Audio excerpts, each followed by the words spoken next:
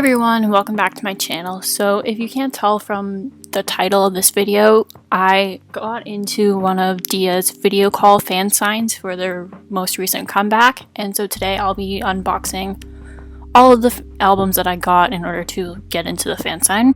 So I'll be talking a bit about like my experience itself, as well as like how to apply for fan signs, although it might not be the same for like every fan sign, but like generally speaking, this is what it was like for Dia's. And I think it's also the same for WJSN, which are my two of my main groups anyways. So the fan sign that I got into and like applied for was on June 28th, and it was held through Apple Music. Okay, wait. First, I want to talk about like the application process, because one of the important things to note is like not every website that like holds online video fan signs right now, like international fans can apply to, as some of them like only allow either like Korean addresses or just Korean numbers in general. So like if they accept a Korean address and you like use like the warehouse storages like Corgo or Pasteable or whatever, I'm sure you'd still be able to apply. But obviously if you don't have a Korean number and like that's required to like actually contact and call the people for the video call, then you can't apply for that specific fan sign. So I can't really remember off the top of my head, but from what I can remember, the websites that do accept international fans are like obviously K-Town For You. I think Yes24 should, since they have a global website. Apple Music does. I think Sonara does. And that's all I can think of off the top of my head right now. So I don't know if this is the same procedure for like every group. I want to say that it's not, but for Dia specifically, in order to like find out about the fan sign events, they just posted them. Like MBK would post about them in their fan cafe like a few days before the application process would start. And basically all you have to do is like obviously read the post, but basically you just buy however many albums you want to apply like with during the certain time period for that fan sign you're applying for. So if I remember correctly for mine, I think the time period to apply was like the 25th up until late at night and on the 27th, maybe like early in the morning on the 27th. I don't know, I'm pretty sure it was the 25th until the 27th. So basically if you just buy the group's albums during the certain time period, then you'll apply. But I think one thing that's important to make sure is that like when you're buying the albums, there should be a section where you actually have to fill out information for your actual application.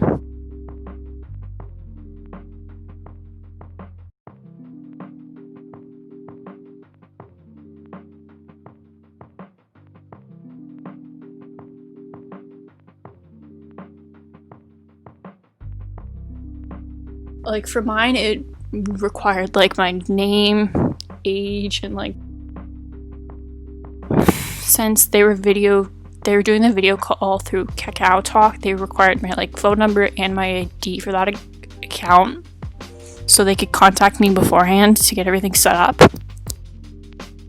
And I guess so in terms of like how many albums you have to or like should buy, that it ultimately comes down to like the group itself.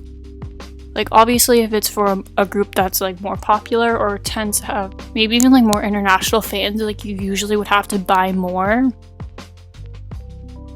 But like for smaller groups such as Dia, you probably won't have to buy as many. Like if you're paying attention at all to these unboxing, you'll notice that I got 10 albums and I got in, but I'm pretty sure I've heard someone applied with like 15 albums and they didn't get in. So like it usually is lottery based, but I think sometimes they will do like whoever buys the most amount of albums, but I'm like not too sure about that, so like don't quote me on it.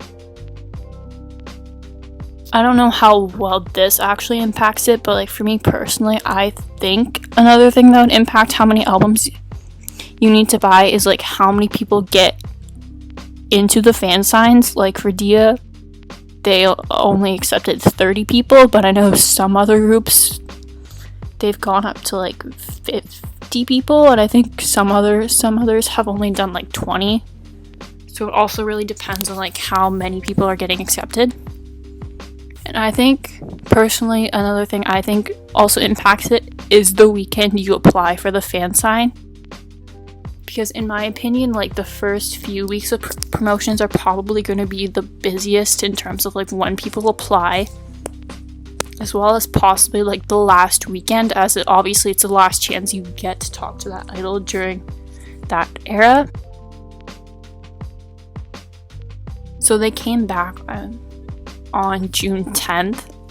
So I waited a few weeks before applying and managed to get in no problem.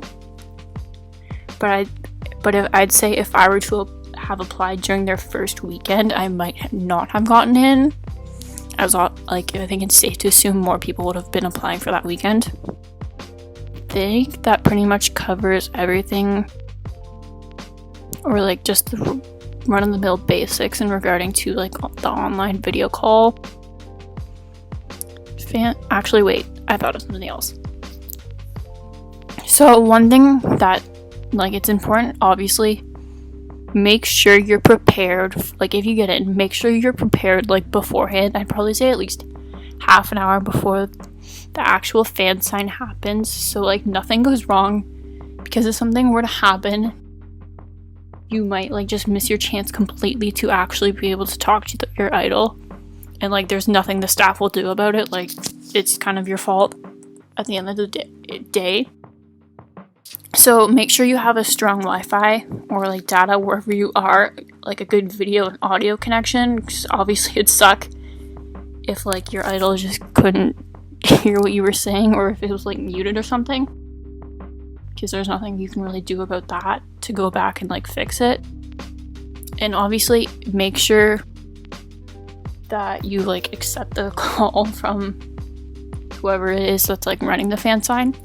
Because for me, what happened to me was originally, so it was through Kakao Talk, and like I've never video called or like video chatted with anyone through that app. So like my camera settings and audio settings for that app they were like originally shut off. So like when the staff members first called me, like it wasn't working, and like I was freaking out because like, oh my god, they're not going to call back. There goes my chance to talk to them. But like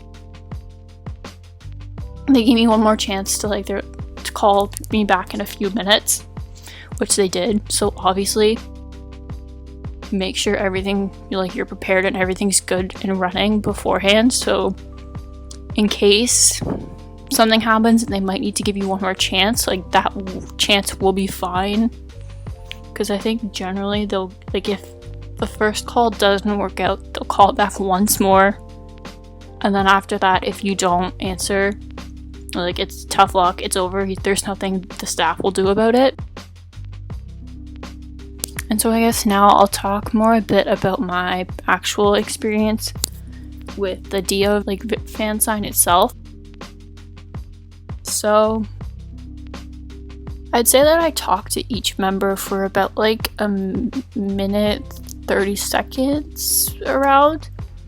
And so the order of it went, it was like, okay, if I remember, it was Eunice, Juin, Eunchae, Yibin, and then Heehyun.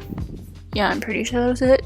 Eunchae or Yibin might have been like switched around, but I'm almost positive it was that. Oh, wait, no, Juin was first, then Eunice. Yep, I think that's it. I can't remember. Yeah, so basically for Juin, like, beforehand, like, I can't speak Korean at all. Like, I personally haven't taken any interest to try to learn. And so I know, like, the actual, like, bare minimum of it. But basically with her, like, her English was fairly good. So, like, we had a pretty basic, but, like, a good conversation. And then moving on to, like, Eunice, like, I'd say she probably knows English the least out of all the members, which is totally acceptable. Like, they're obligated to learn other languages. Like, if you want to talk to them, you should be the one to take the effort to learn Korean. So, like, she didn't really know English at all, so we basically just kind of, like, staring at each other and, like, laughing for, like, the full minute 30 seconds. And then onto Eunchae. Yeah, like, her English wasn't as good as Juwon's, but it was also, like, a bit better than Eunice's, so it was the conversation was pretty basic as well. And the same goes for Yibin. So, like, I'd say they're both know, like, the basic, your very basic English. But then for Heehyun, I'd say she knows, like, the most English out of all the members, as we actually had, like, a pretty decent conversation that was, like, more than just, like, your typical, hey, how are you, you're pretty, oh, where are you from, like, stuff like that I think usually tends to happen. And so if you're watching and you're kind of wondering, like, what the random, like, non-album inclusions are, they're basically, so this, I still haven't figured out what they are. They're either stickers or tattoos.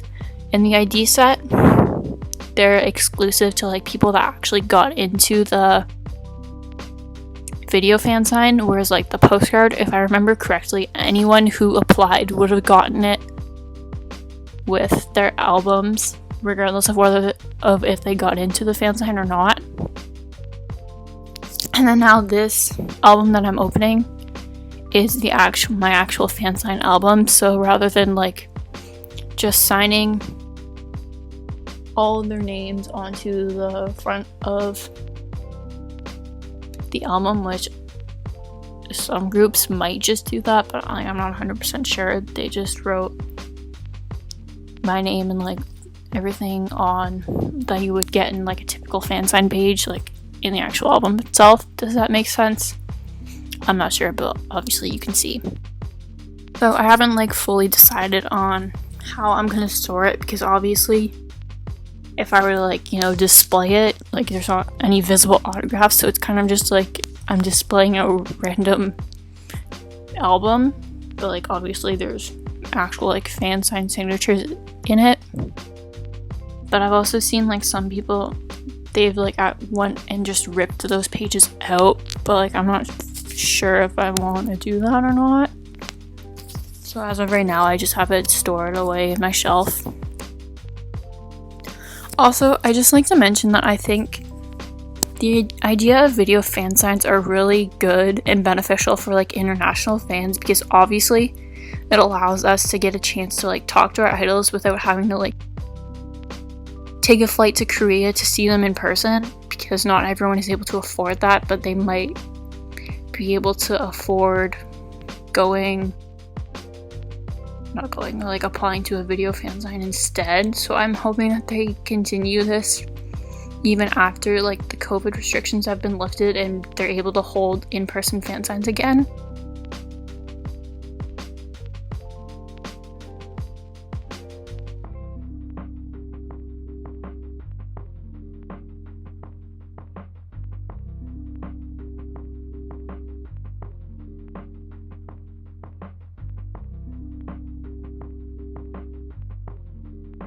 And so, yeah, that's basically everything that I pulled, as well as, like, my overall experience with Dia's video call fan sign. And thank you so much for watching, and I'll see you in my next video. Bye.